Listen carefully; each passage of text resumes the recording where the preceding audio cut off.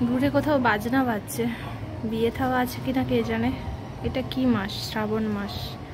শ্রাবণ মাসের শেষ দিক, বিয়ে অবশ্য থাকতে পারে।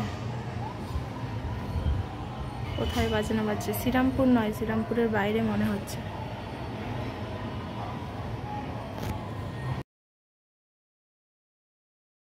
সুমিতের ব্রেকফাস্টটা রেডি করে দিয়েছি। এখানে রুটি, ডিমের অমলেট আর হচ্ছে দুধ। এটা খেয়ে অফিস বেরিয়ে যাবে এখন। সবাইকে খাইয়ে পাঠিয়ে দিয়েছি যার যার জায়গাতে। এবার আমি ব্রেকফাস্ট নিয়ে বসেছি। আজকে রুটি এনেছিল আমার জন্য, কিন্তু আমি রুটি খাবো না, ভীষণভাবে গ্যাস হয়ে যাচ্ছে রুটি খেলে। তো ভাবলাম একটুখানি ভাতই নিই, সামান্য একটু ভাত। এটা কিন্তু অমলেট নয়, এটা ডিমের পোচ।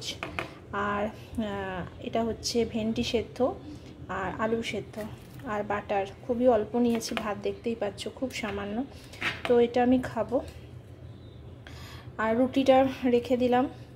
অনেকগুলো রুটি ফ্রিজে রেখে দিতে হলো, কিছু করার নেই, কারণ রুটি খেলে আমার শরীরটা ভালো লাগছে না, খারাপ করছে। কিছুক্ষণ পর থেকে গ্যাস হয়ে যাচ্ছে। আর প্রচুর কি বলতো, প্রতিদিন গ্যাসের ওষুধ খাওয়াটা শরীরের জন্য ঠিক নয়। তো তার জন্য ভাবলাম না, রুটিটা স্কিপ করব, তাড়াতাড়ি বরঞ্চ একটু ভাত করে নিই। আর খুবই সামান্য পরিমাণ ভাত। এটা হয়তো একটা ছোট বড় বাটি বলতে পারি, এরকম একটা ছোট বড়ও নয়, ঠিক মাঝারি বাটির 1 বাটি ভাত হবে। তো আমি কিন্তু এরমই খাই, মানে আমি 3 বার, যদিও আমি প্রতিদিন ভাত খাই না ব্রেকফাস্টে, কিন্তু মাঝে মাঝে আমি ভাত খাই। সপ্তাহে 1 দিন বা 2 দিন হলেও ভাত খাই।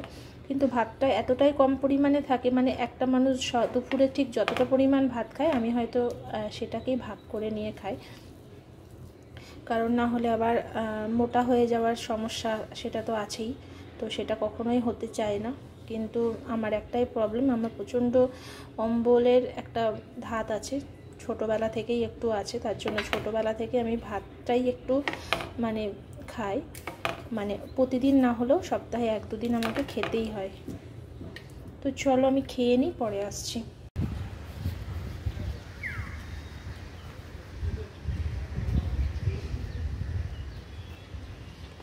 এদিকটা কি হবে? ও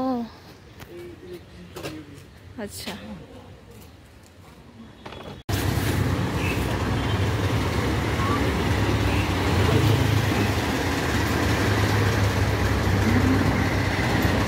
এই যে যেগুলো দেখছো, এই যে ব্যারিকেড করা, এইগুলো, এই গ্যারেজগুলো মনে হয় বিক্রি হবে, এই জন্য ব্যারিকেড করেছে। এই যে যেগুলো এখনো বিক্রি হওয়া বাকি আছে, সেগুলোকে ব্যারিকেড করেছে। এই যে সমৃদ্ধ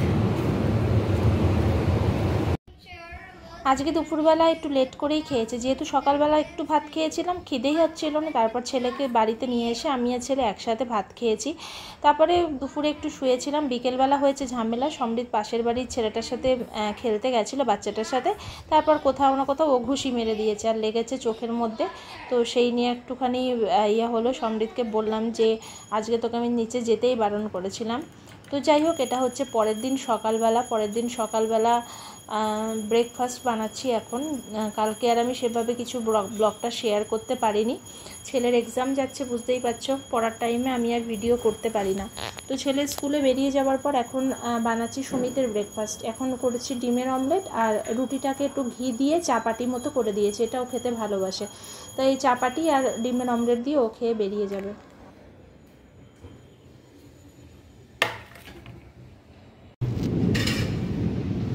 ভয়ঙ্কর মেঘ করেছে, জোর বৃষ্টি আসবে। বৃষ্টি শুরুও হয়ে গেছে হালকা হালকা। সকাল থেকে এত রোদ দিল, আর এখন আবার বৃষ্টি আসছে। কিন্তু বেশ পড়েছিল, ভাবছিলাম যে হয়তো বা বৃষ্টি হতেও পারে, কিন্তু সকালবেলা থেকে মানে ফ্যান ছাড়া বসা যাচ্ছে না। কোনো কারণে যদি ফ্যান চালাতে দেরি হয়ে যায়, ভীষণ গরম লাগছে, 1 সেকেন্ডের মধ্যে ঘেমে যাচ্ছি। তো গরম আবার একটা পড়েছিল, কারণ পুরো মেঘ হয়েছিল। এখন এই যে এখানে গঙ্গার ধারে বেশ হাওয়া দিচ্ছে সুন্দর, দেখো কি সুন্দর হাওয়া দিচ্ছে। আর হাওয়া দিলেই এটার অবস্থা হয়ে যায় পাগল পাগল। একটা বৃষ্টি ভালো হবে মনে হচ্ছে, ভালো মেঘ ডাকছে। সুমিতকে ফোন করেছিলাম, বললাম কত দূর গেছো, বললো দমদম এয়ারপোর্টের ওখানে আছি। আর আমার রান্নাবান্না আজকে কমপ্লিট করে নিয়েছি। আজকে অন্যদিন রান্নাবান্না করার আগে বা স্নান করে নিই, তো আজকে ভাবলি একটু পরে স্নানটা করব। এখন স্নান করব না, একটু পরে স্নান করে তারপরে ছেলেকে আনতে যাব দুপুরবেলা। এখন তো 11টা বাজে, অনেক দেরি আছে। তো বসে বসে এই আরজি করের মানে আপডেটগুলো দেখছিলাম পরপর বিভিন্ন চ্যানেলে। আমি তো মানে শুধু ভাবছি যে কখন যে সেই খবরটা শুনতে পারবো, কিন্তু আদৌ কি মানে এত প্রতিবাদের পরেও কি আদৌ জিনিসটা বেরোবে কি জানি, ভগবান জানে।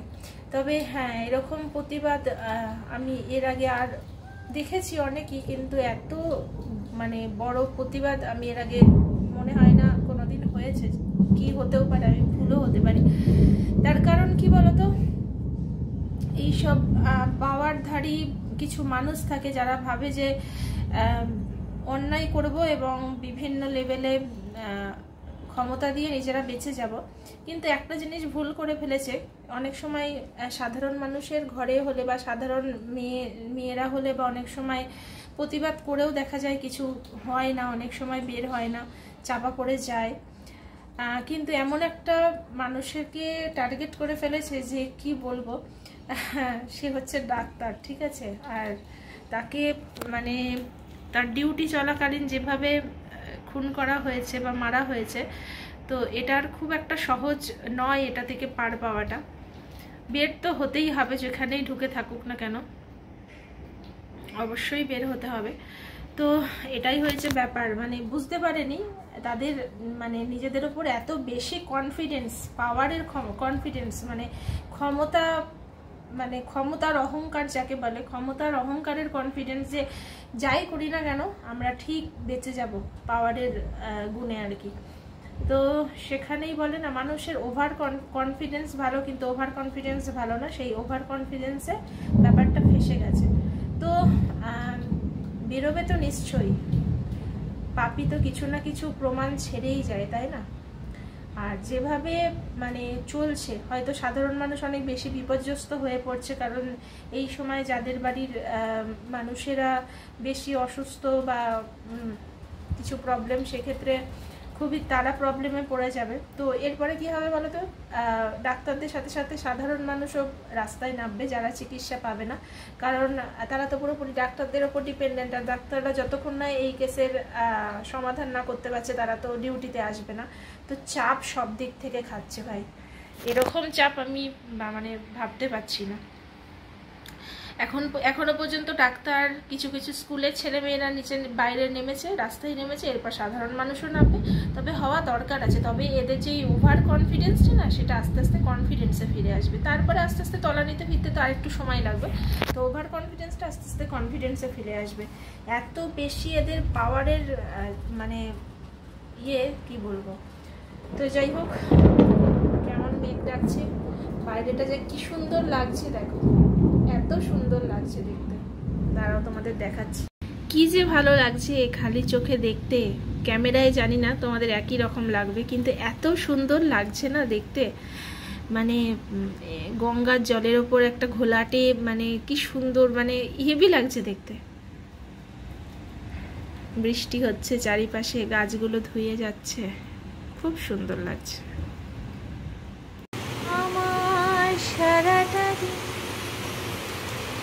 মেঘেলায় আকাশ বৃষ্টি, তোমার দিলাম শুধু শ্রাবণ সন্ধ্যাটুকু তোমার কাছে চেয়ে নিলাম।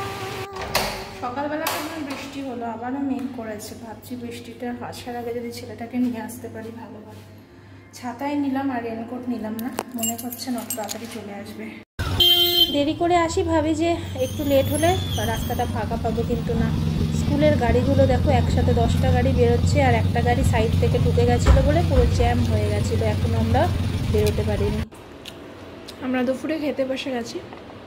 তো এখানে মসুরির ডাল, এই যে ডিমের অমলেট, আর এই যে হচ্ছে পেঁয়াজি, আর এখানে হচ্ছে আলু সেদ্ধ। তো চলো খেয়ে নিই।